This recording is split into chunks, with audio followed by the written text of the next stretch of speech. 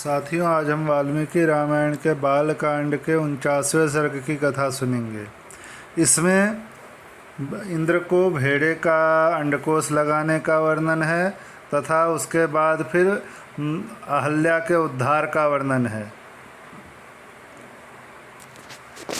कोई सामान्य मनुष्य अगर श्री रामचंद्र जी जैसा कार्य करता और उसके चरण स्पर्श से अगर किसी का उद्धार हो जाता तो वो तो फूले नहीं समाता और अपनी प्रशंसा इतनी करता कि मैं इतना बड़ा। लेकिन श्री रामचंद्र जी तो मर्यादा पुरुषोत्तम हैं। उन्हें पश्चाताप होने लगा कि उन्होंने अहल्या जैसी नारी के ब्राह्मणी को अपने चरणों से स्पर्श किया। उन्हें उसका पश्चाताप होने लगा। तो चलिए अब हम 49वें सर्ग की कथा शुरू करते हैं। श्री सीतारामचंद्राभ्यां नमः। श्रीमद् वाल्मीकि रामायणं बालकांडम 49 सर्गः। पितृदेवताओं द्वारा इंद्र को भेड़े के अंडकोश से युक्त करना तथा भगवान श्री राम के द्वारा अहल्या का उद्धार एवं उन दोनों दंपत्ति के द्वारा इनका सत्कार। तदनंतर इंद्र अंडकोश से रहित होकर बहुत डर गए। उनके नेत्रों में त्रास छा गया। वे अग्नि आदि देवताओं, सिद्धों, गंधर्वों और चारणों से इस प्रकार बोले। देवताओं, महात्मा गौतम की तपस्या में विघ्न डालने के लिए मैंने उन्हें क्रोध दिलाया है। ऐसा करके मैंने यह देवताओं का कार्य ही सिद्ध किया है। मुनि ने क्रोधपूर्वक भारी शाप देकर मुझे अंडकोश से रहित कर दिया और अपनी पत्नी का भी परित्याग कर दिया। इससे मेरे द्वारा उनकी तपस्या का अपहरण हुआ है। यदि मैं उनकी तपस्या में विघ्न नहीं डालता तो वे देवताओं का राज्य ही छीन लेते। अतः ऐसा करके मैंने देवताओं का ही कार्य सिद्ध किया है। इसलिए श्रेष्ठ देवताओं, तुम लोग ऋषि समुदाय और चारणगण मिलकर मुझे अंडकोश से युक्त करने का प्रयत्न करो। इंद्र का यह वचन सुनकर मरुदगणों सहित अग्नि आदि समस्त देवता कव्यवाहन आदि पितृदेवताओं के पास जाकर बोले, पितृगण, यह आपका भेड़ा अंडकोश से युक्त है और इंद्र अंडकोश रहित कर दिए गए हैं। अतः इस भेड़े के दोनों अंडकोशों को लेकर आप शीघ्र ही इंद्र को अर्पित कर दें। अंडकोश से रहित किया हुआ यह भेड़ा की इसी स्थान में आप लोगों को परम संतोष प्रदान करेगा। अतः जो मनुष्य आप लोगों की प्रसन्नता के लिए अंडकोश रहित भेड़ा दान करेंगे, उन्हें आप लोग इस दान का उत्तम एवं पूर्ण फल प्रदान करेंगे। अग्नि की यह बात सुनकर पितृदेवताओं ने एकत्र हो भेड़े के अंडकोशों को उखाड़कर इंद्र के शरीर में उचित स्थान पर जोड़ दिया।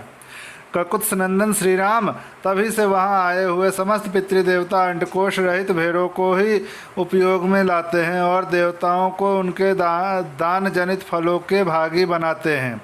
रघुनंदन, उसी समय से महात्मा गौतम के तपस्या जनित प्रभाव से इंद्र को भेड़ों के अंडकोश धारण करने पड़े। महातेजस्वी श्री राम, अब तुम पुण्यकर्मा महर्षि गौतम के इस आश्रम पर चलो और इन देवरूपिणी महाभागा अहल्या का उद्धार करो। विश्वामित्र जी का यह वचन सुनकर लक्ष्मण सहित श्री राम ने उन महर्षि को आगे करके उस आश्रम में प्रवेश किया। वहां जाकर उन्होंने देखा महासौभाग्यशालिनी अहल्या अपनी तपस्या से देदीप्यमान हो रही हैं। इस लोक के मनुष्य तथा संपूर्ण सम देवता और असुर भी वहां आकर उन्हें देख नहीं सकते थे। उनका स्वरूप दिव्य था। विधाता ने बड़े प्रयत्न से उनके अंगों का निर्माण किया था। वे मायामयी सी प्रतीत होती थी।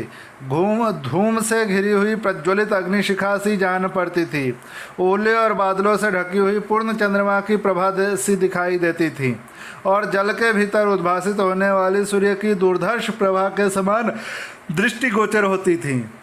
गौतम के शापवश श्री रामचंद्र जी का दर्शन होने से पहले तीनों लोकों के किसी भी प्राणी के लिए उनका दर्शन होना कठिन था। श्री राम का दर्शन मिल जाने से जब उनके शाप का अंत हो गया तब वे उन सबको दिखाई देने लगी। उस समय श्री राम और लक्ष्मण ने बड़ी प्रसन्नता के साथ अहल्या के दोनों चरणों का स्पर्श किया। महर्षि गौतम के वचनों का स्मरण करके अहल्या ने बड़ी सावधानी के साथ उन दोनों भाइयों को आदरणीय अतिथि के रूप में अपनाया और पाद्य अर्घ्य आदि अर्पित करके उनका आतिथ्य सत्कार किया। श्री रामचंद्र जी ने शास्त्रीय विधि के अनुसार अहल्या का वह आतिथ्य ग्रहण किया। उस समय देवताओं की दुंदुभी बज उठी। साथ ही आकाश से फूलों की बड़ी भारी वर्षा होने लगी। गंधर्वों और अप्सराओं द्वारा महान उत्सव मनाया जाने लगा। महर्षि गौतम के अधीन रहने वाली अहल्या अपनी तपशक्ति से विशुद्ध स्वरूप को प्राप्त हुई। यह देख संपूर्ण देवता उन्हें साधुवाद देते हुए उनकी भूरी भूरी प्रशंसा करने लगे। महातेजस्वी महातपस्वी गौतम भी अहल्या को अपने साथ पाकर सुखी हो गए।